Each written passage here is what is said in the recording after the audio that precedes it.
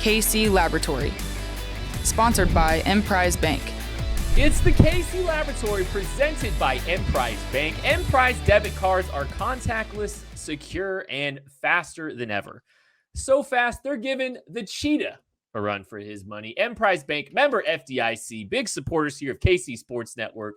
So appreciative of them and all they've done to make KCSN where we are today. And you know what? You know who's been a part of what KCSN is today? My dear pals. First, find him on Twitter at Chief in Carolina. Maddie Lane, what's good? Well, it's good that we did finally get through this introduction. It took us as many takes as days have passed since the Chiefs have actually played football when we're bringing this game recap to you guys. So, sorry about that. I know there's some people that have been in the KCSN Discord asking when there's going to be a post-game show or a game recap. We're getting to it now. Sorry, we've had busy weekends throughout a lot of us, these two with new children, all sorts of stuff going on. We're getting to it now. We may have taken 17 introductions to get to this point, but we are here. And the culprit for many of these restarts, Craig Stout. Find him on Twitter at The Big Institution. How you doing, bud? Oh, man. I'm going to change the Twitter handle. You convinced me. It's time. I'll have to see if that's even available. Just get the switch going now. Very excited to talk about the Chiefs. Very excited to use my hands when I'm talking. I'm a big hand talker. And the last episode, I was holding the baby the entire time. So if you heard a child during the last episode, that was mine. It wasn't Tucker. So it wasn't Tucker. It was my kid. So I apologize for that if you heard that. But this is the real part of all of this. So ready to talk about some Chiefs right now, though. We will certainly talk about some Chiefs, but first, I just want to make it clear that the Big Institution is still available on Twitter. I have searched for it, and the only thing that pops up is someone referencing Craig as the hashtag Big Institution. Well, I mean, everyone heard it. This is in a podcast now. You have to actually go change it. This is in video, audio forms. This has to be done. Do you remember when parody accounts were a thing? This is a prime opportunity. Wait, Maddie, hold on. I can monologue for 2 minutes if you want to set up another Twitter account real quick. You guys can have it. Oh, man, I didn't get it. Oh, no. Let's talk Chiefs. Yeah, let's talk Chiefs. And we're recording this on a Tuesday. Taco Charlton was not released today. He was released yesterday. Kind of a surprise stemming from the game against the Arizona Cardinals on Friday. That was a kind of a surprising move in some regard. Maddie, it's a big name, but he was also playing with the threes against the Cardinals. And when he got on the field, I mean, he wasn't overly impressive. And now we're not there every single day at camp. We're not in all the practices or meetings. So you don't know how impressive Taco Charlton had been throughout this camp process. But clearly because they cut him, other guys are more impressive. I think if you go back and watch the game, Tim Ward has shown a lot of progress this year, a lot of development. He clearly seems like he had surpassed him on the depth chart. Joshua Kando is a rookie. He's definitely going to need some work, but he looked like he was playing just as well, if not better. So being a younger guy, you want to get him in there. And then you don't know how healthy Taco is. He is coming off of an injury. He's still recovering. Maybe he just wasn't fully up to speed where he could have been in the past. I mean, he's also a guy that's bounced through 3-4 teams now. So it's not like he was this proven NFL starting caliber player. It's just the Chiefs brought him back. They gave him an opportunity, and it just sounds like some other guys outperformed him, whether at practice or in these games. And I'm just kind of excited that Tim Ward should be in good position to get a chance now, because I really liked what I've seen from Tim Ward through the first 2 games now. Yes, absolutely. Tim Ward and Taco Charlton were on the field together at times. Joshua Kando and Alex Okafor were both getting reps ahead of him, both in the dime. So that's a thing that we're going to need to pay attention to, basically. That dime rusher position was one of those that we talked about with Taco Charlton a lot. Steve Spagnuolo did not trust him on base downs, didn't put him out there, wasn't quite the same run defender as some of the other guys that the Chiefs have. So I think that Josh Kando, Tim Ward, those guys maybe can play the run a little bit better. They're certainly a little bit younger. They've got a little bit more of a developmental arc that they can continue through. And a guy like Joshua Kando, you're not giving up on yet. Obviously, he's a draft pick this year. Tim Ward is a guy that I think played his way onto the roster the past 2 weeks. And that's unfortunate for Taco. I'm big Taco Charlton fan from last year. I thought that was a good move, the Chiefs bringing him back this year, because he did lead the team in pressure rate. Now, albeit he only rushed the passer by and large. He wasn't on the field for very many rundowns, but he was mostly a pass rusher. I felt like those rushes were good enough to where they should be on a team.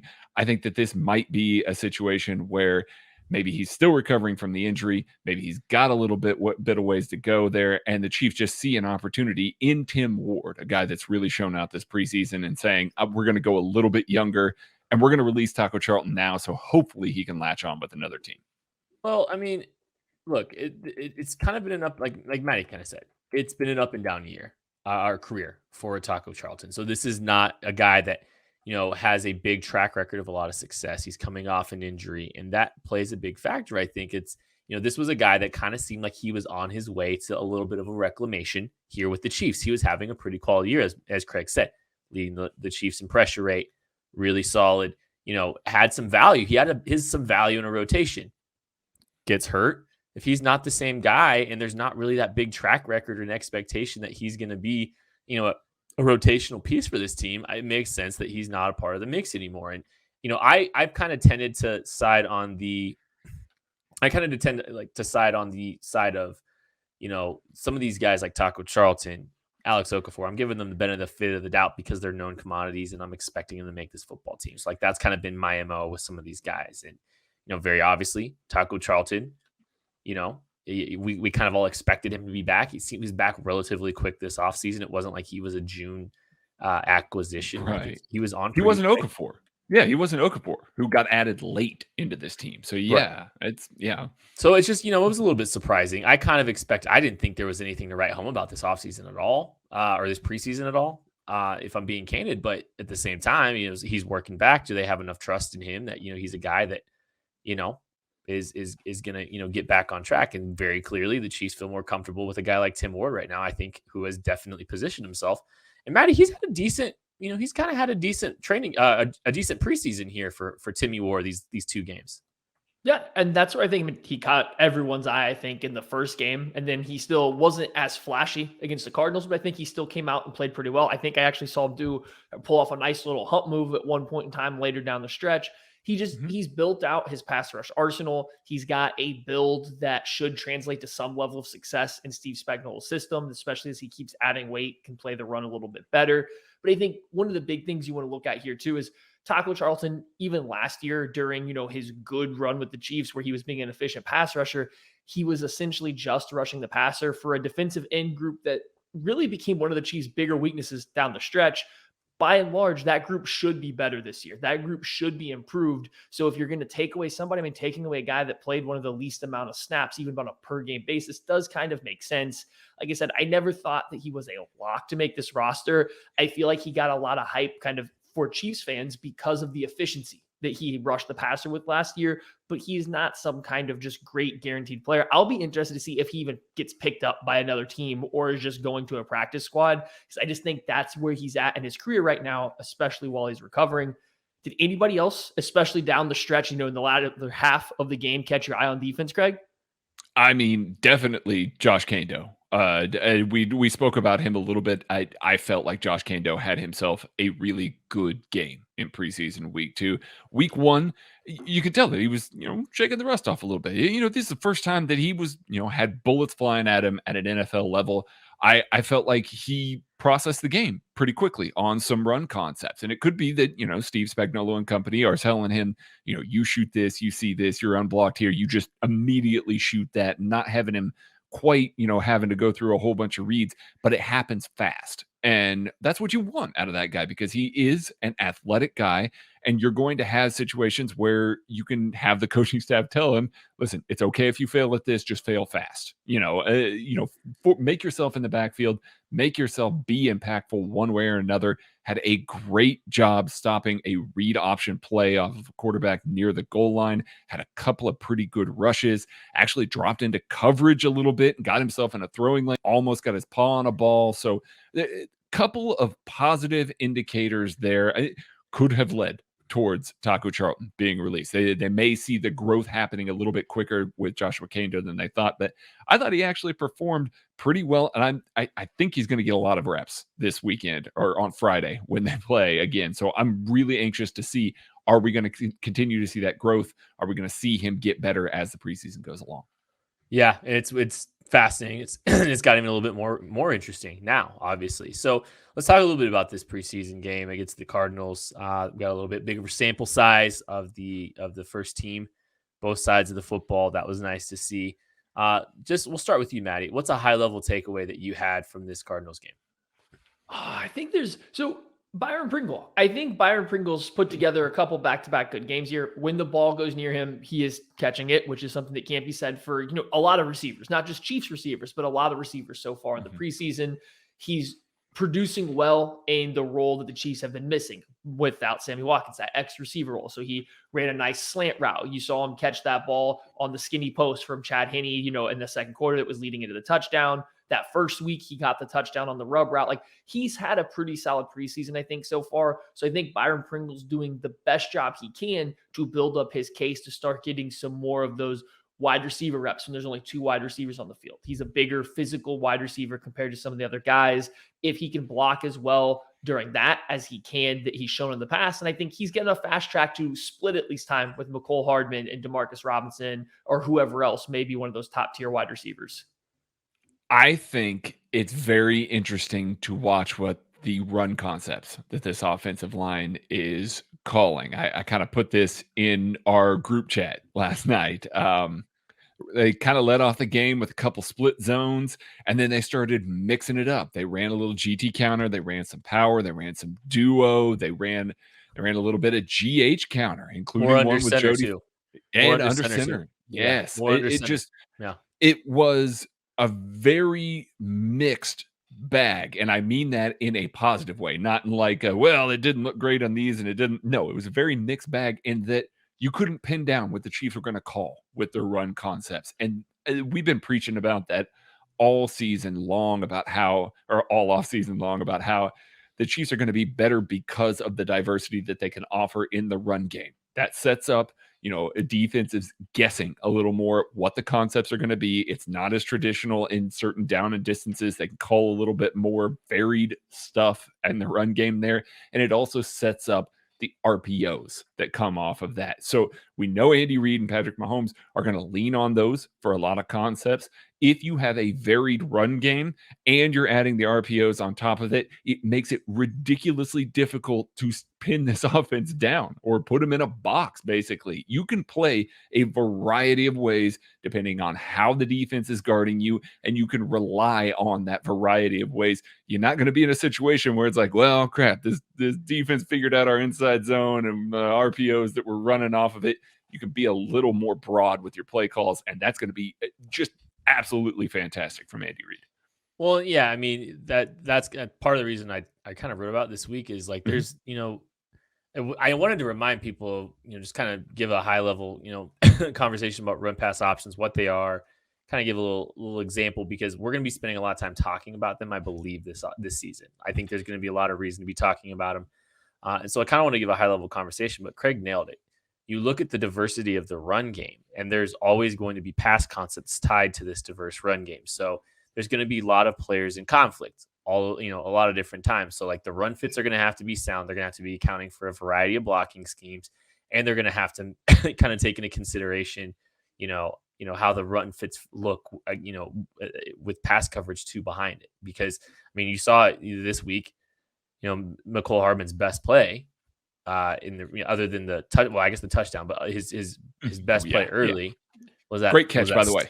That was a great catch, but the slant behind, that was a run pass option, and they were able to pop a slant because the slot guy drove on the flat, and there's a big gap based on alignment by the backers. So there was a big space to operate, and Patrick Mahomes hit that. And so there's just always going to be a lot of problems for defenses, and it's a lot of layers. There's a lot of layers to handle, and that was really important.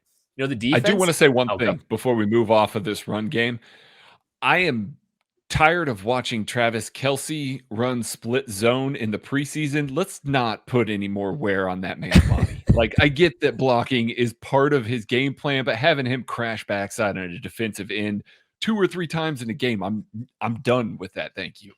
I love watching Travis Kelce get out and space the block in the preseason and how he just checks over his shoulder the entire time. It's just so as soon as the play looks like it's dead, he's just like, yep, I'm out of here. As he should. I mean, as he 100% should. We don't want but to it just get happens. It happens multiple times every game. And I just wonder if that's where the people that say he can't block, like, are they just watching the preseason when he's pulling up when a guy's getting tackled behind the line of scrimmage? I actually didn't want to go back because we were talking about RPOs and McCole Hardman slant. Eric Bieniemy just in the presser talked about how the Chiefs, quote unquote, consider slants part of the run game, which I think for all of us is nice to hear because Patrick Mahomes throws a heck of a football on a slant route because of the arm angles he can use, because he can throw the no-look passes. Just please quit doing it on rolling out into the end zone. I think this is about the third or fourth time he's tried to no-look a pass to the back pylon that he's missed because he tried to no-look on an open receiver. And so on these slant routes, I hope we see more of them from the Chiefs. They actually, I mean, they threw at least 2 in this game, 1 to Hardman, 1 to Pringle. Yes. Maybe there was some more later in the game. Like, I hope we start seeing a little bit more of those just because the simple fact that I think this team could utilize them very, very well off the RPOs with Patrick Mahomes' raw talent. I hope they start delivering more and more slants kind of as this goes on. Well, yeah, I mean, go. I mean, just real quick here, you talk about teams that are going to play too high against them. You're going to have those too high safeties that are going to have to stay on top of things, and their first step is usually going to be back because you've got McCole Hardman and Tyreek Hill on the field. So they've got to stay on top of routes, and now you've got linebackers that are going to have to flow to the gap quick because the Chiefs' run game might be better. So, yeah, it's going to open up that slant. It's going to lean on that more. Okay, go, Kent. I was going to say some of their more lucrative RPO plays have been on slants. That's been one of their bigger, Tyreek Hill running away from people on a slant, McCole on a slant. Like if you can find ways to integrate those more. Marcus Kemp. There was another one from that same I think, game. I think teams have done better recently, taking away some of those slant RPOs. They've been a lot better with it. But maybe some of these new blocking schemes introduce some potential for some better angles to try to pop those slants. And I think that's something that could be really interesting and something worth monitoring for sure. Y'all talking about offense over here, and I'm here just trying to talk about the defense for once. You want to know something? We've theorized it. We've talked about it. We've looked at some personnel adjustments with Chris Jones playing more at defensive end. And, we've seen we're seeing a decent amount of a sample size now between training camp, between preseason games, and kind of just theorizing. I just want to say the run fits on this football team are looking outstanding.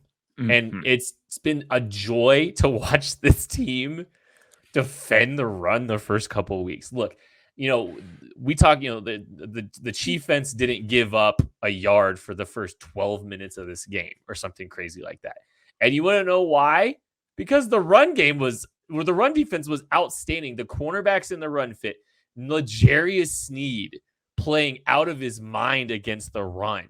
Steve Spagnuolo has always talked about earning the right to rush the passer by stopping the run on first and second down. And you might think it's archaic, and you might think that it's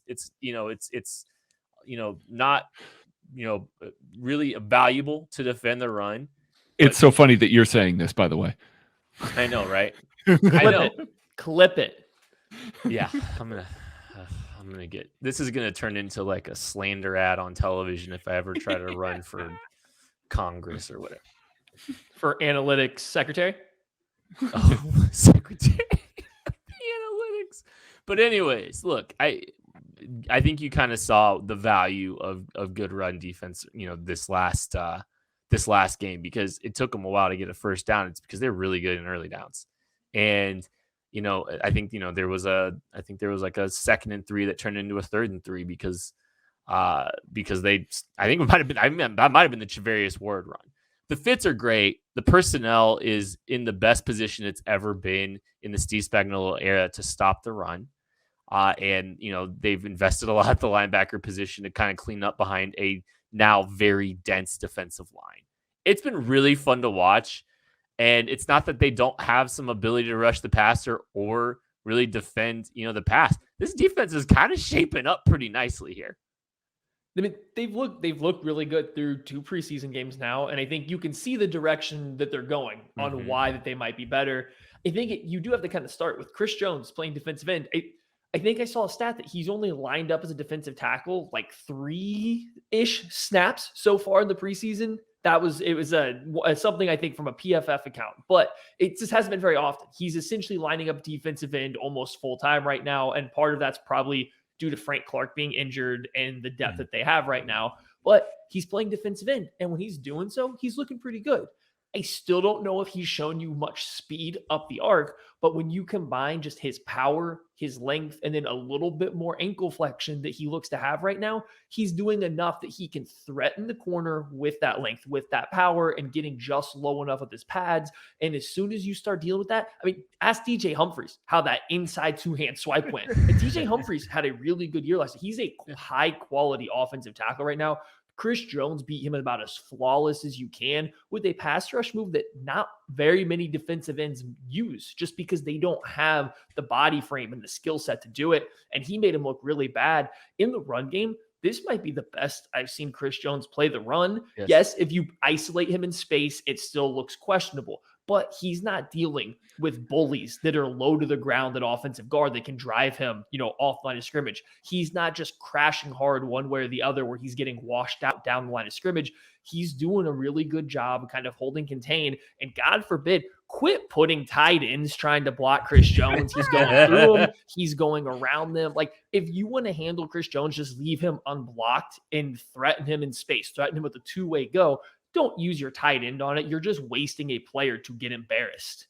I mean, I personally love that teams are going to put a tight end on him because the results are hilarious. I think it's funny that the Chiefs defense is largely doing this in the run fit without arguably their two best run defenders too. Like this team gets to add Derek Nottie and Frank Clark to the run fit, to exceptional run defenders. So now, not that Frank Clark's going to be replacing Mike Dana, who is also an exceptional run defender. So let's be clear with that. But I am very curious to see how salty this team is going to be on some early downs.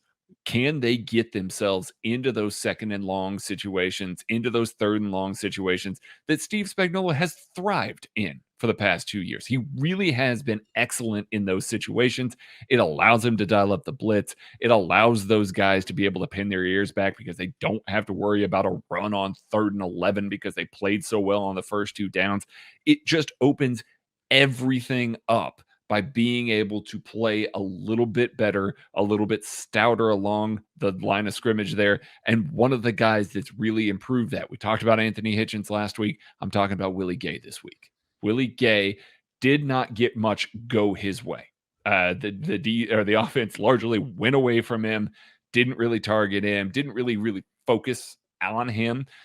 And he still almost made an impact in a bunch of plays. Now, the field was terrible. There was at least one play that I know of that Willie Gay was going to come up and probably be able to fill the alley and make a tackle that he just wasn't able to because he lost his footing, just like everybody did in this game. But what I loved about Willie Gay is he's not receiving pre-snap coaching from Anthony Hitchens. You're not seeing that obvious communication that you saw last year that you see with some rookies that play with Anthony Hitchens. There's a knowledge of where he needs to go. There's a knowledge of where he needs to line up as there's motion, as there's shifts, as there's guys that are rotating in the backfield and things like that. It's just coming to him now, and he's playing faster because of it. And one of the things I think is the most important is the way that he attacks blocks and attacks offensive linemen. The play that everybody remembers, Chris Jones dominating a tight end from the backside and coming up and making a play, was able to happen because Willie Gay actually came up, took on DJ Humphries, extended through the outside shoulder, was able to peek inside, squeeze the outside gap, and was able to shut it down. That is high-level play against the run by Willie Gay. Stuff that we didn't see last year. Stuff that we talked about how he needed to improve some of that stuff. The early returns. In one game, the early returns are very positive for Willie Gay. So I'm the hype train's going. Like, let's get that going. I know we're all excited about the man, but he looks fantastic right now. Do you know what would look fantastic on your fiance's finger? A Ruback ring. Custom jewelry from Ruback Fine Jewelry here in Kansas City. The oldest jewelry in the city. Go talk to Hal. Go talk to him, and you're going to get a custom ring buying experience. You're going to get to talk to someone that is not trying to push you. He's not trying to, stretch you beyond your budget, but he's going to understand your budget. He's going to work within your budget to try to find something that makes sense for you and the person that you love. I've got to talk with Hal in person, spend some time with him. I can promise you it's a no pressure ring buying experience. I wish I knew about Hal and Ruback Fine Jewelry when I was looking for my ring back, way back in the day. I'm getting pretty old. But I love what Ruback Fine Jewelry is doing. And I promise you, anybody I've talked to that's looking to buy a ring, and we've got some friends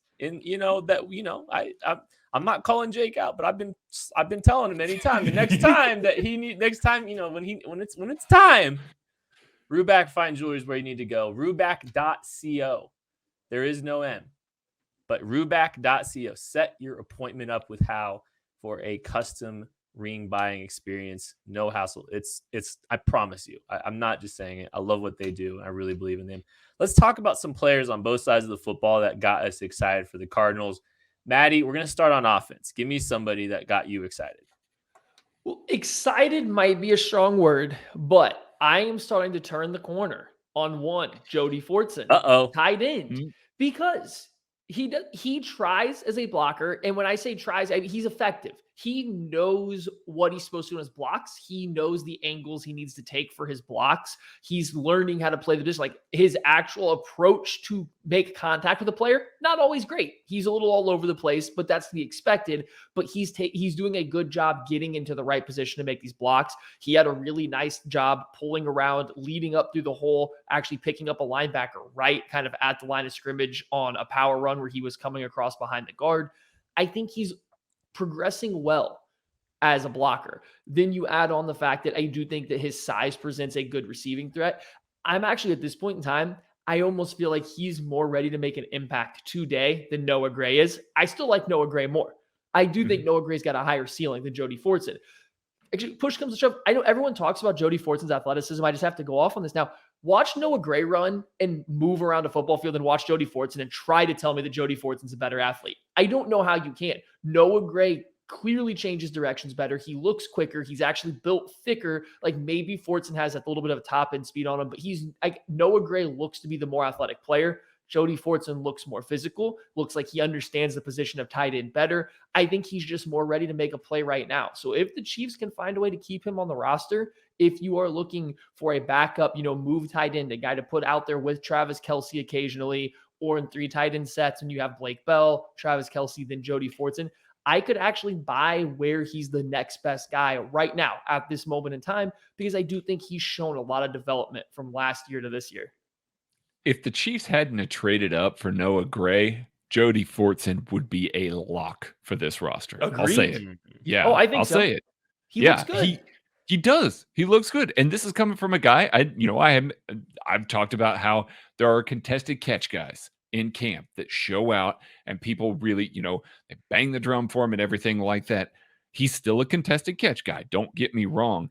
But the little things that he's doing at tight end indicate they're positive indicators. Like, you can look at him in these games and say, wow, like, again, I referenced it earlier. He ran a GH counter where he came around the outside as an H-back and got in the way, was able to kick the defensive end out a little bit, was able to push and create that gap. That's good. It's not always the most effective blocking that you can see. It is a situation where you can see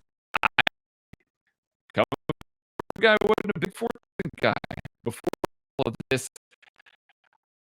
I just really, really like what we've seen today.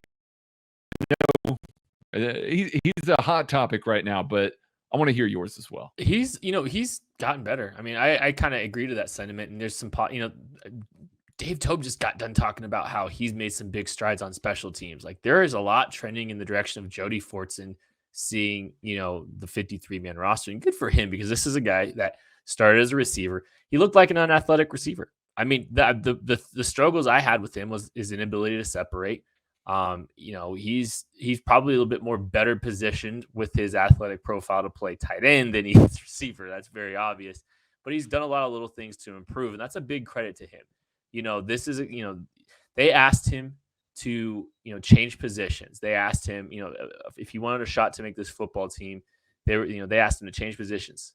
And, he was able to rise up to the challenge and deliver, Craig. And you know what, Craig? There might be someone else that might have delivered against the Arizona Cardinals. Speaking of best player who delivered, let's talk about Macadoodles. Macadoodles will deliver to you. We'll take your liquor out of their grocery store, out of their liquor store, and deliver it to your car, put it in the back with a smile, with the customer service that you would expect out of a Macadoodles. So we need to get one of them because they deliver time and time again. When I go to a Macadoodles, I get, once again, ridiculously excited because I know I'm going to get great service. I know that I'm going to get great selection and great prices on everything that I do. They deliver in the way that you want your liquor store to deliver. We need it in Kansas City or wherever your neck of the wood is. info@macadoodles.com. Get a hold of them and be able to bring a Macadoodles there if you're a franchisee. But this player who delivered, Darius Fountain, time and time again. We are now in week 2 of Darius Fountain really showing up. Maddie, I know you love Darius Fountain, and I know you're trying not to fall in love with him again, but it's becoming really hard for you.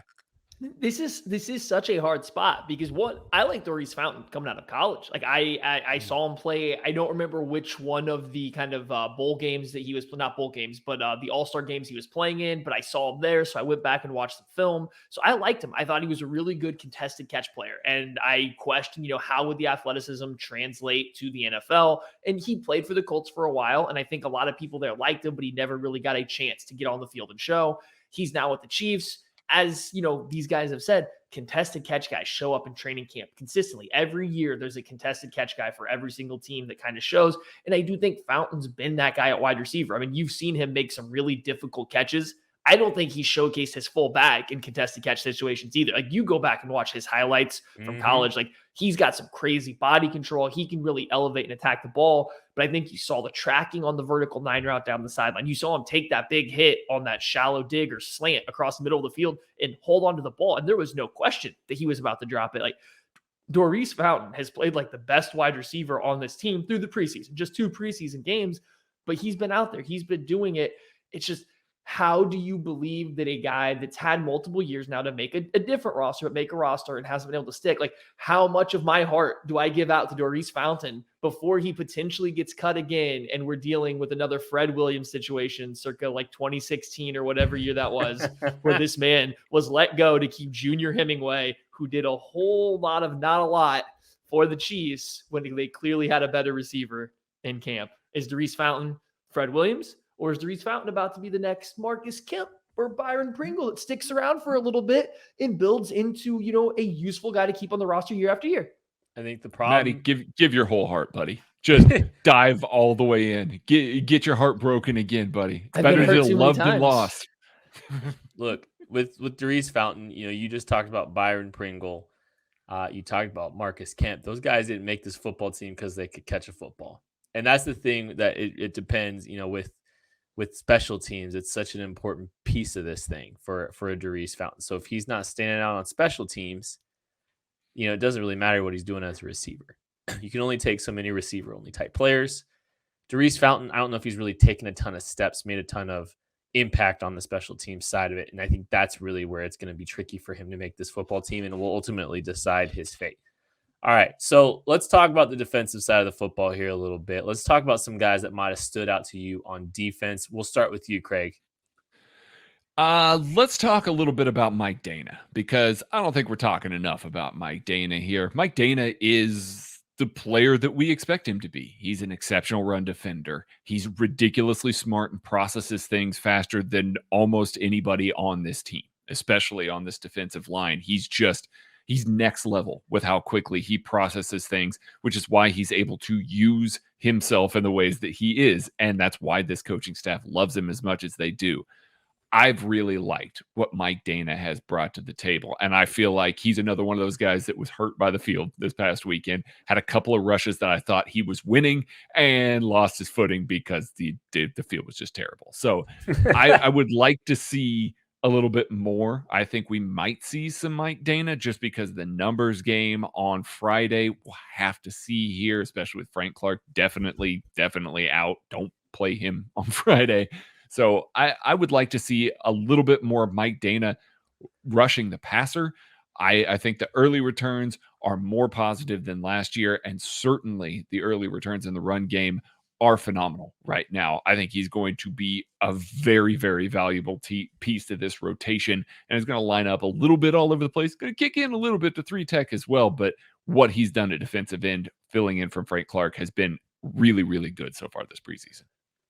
Predicting defensive end playing time for this last preseason game is kind of wild. Like, I'm operating under the assumption that starters aren't really going to play. This is going to be the 4th preseason game. And I know there's conflicting reports on what Andy Reid thinks about that right now, but that's just what I'm operating of. So that means Chris Jones isn't playing. Frank Clark shouldn't play.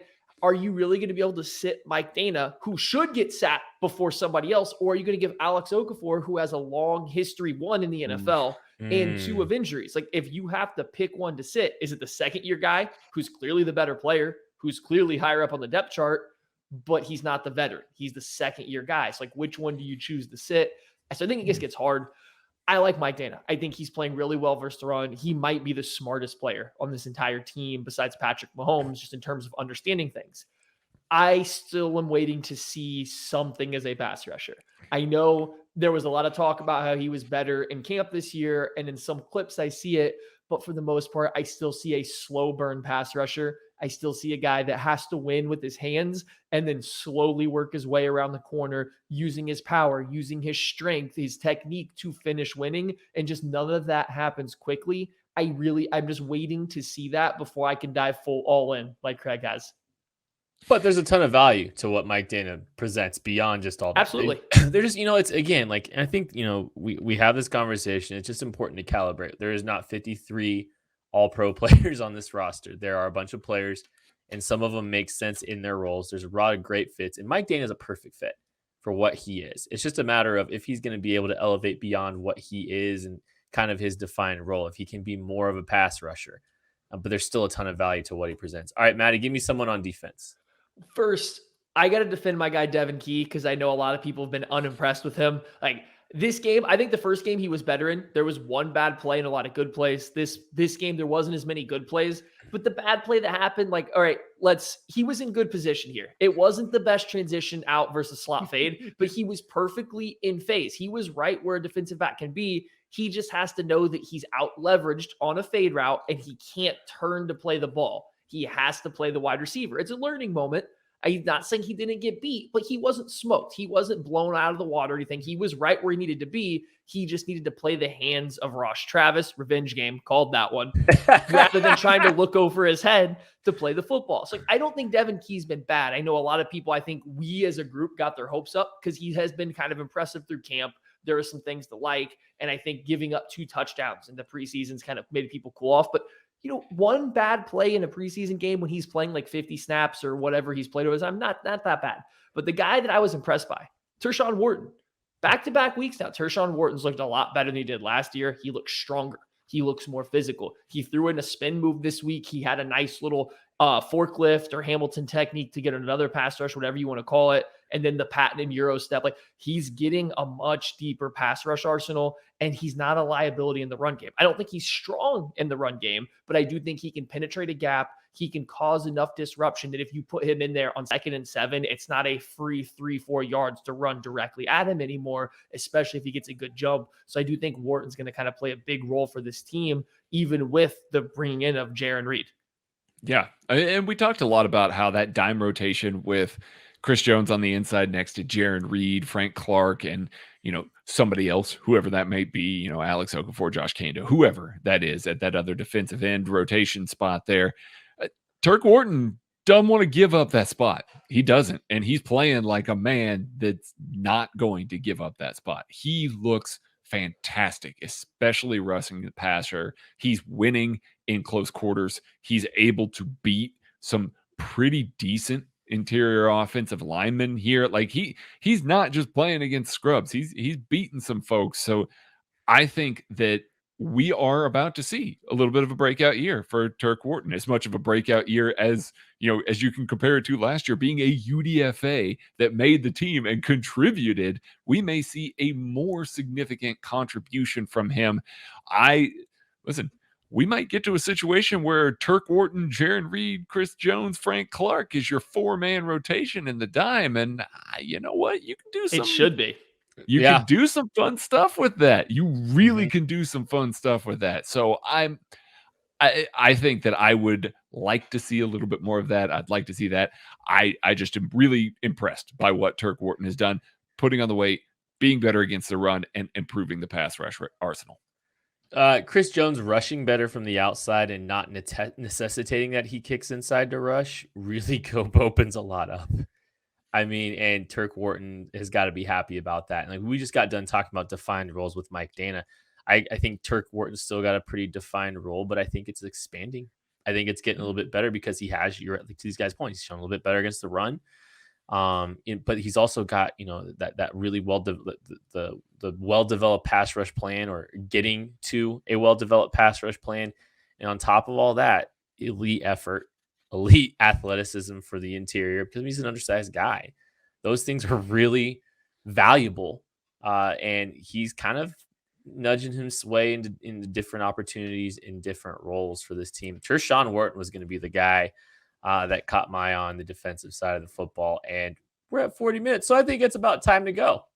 We talked about so much defensive line. Who would have predicted that through 2 preseason games that the defensive line and the way that they're playing is the major story? Even though the corners are playing well, that's the major story here. That's just phenomenal. And the linebacker room looks better, and it's still the major stories in defensive line. We, on paper, lots of question marks all summer. Internally, a lot of guys got better. That's a credit to this entire coaching staff, and we got to give a lot of credit to Emprise Bank. Thank you to them for all they have done for KC Sports Network. It has been so much fun to be part of this venture and to have a partner in possible like them. That's going to do it for the KC Laboratory. Thank you so much for listening, for watching. We love you. We appreciate you. Catch you later.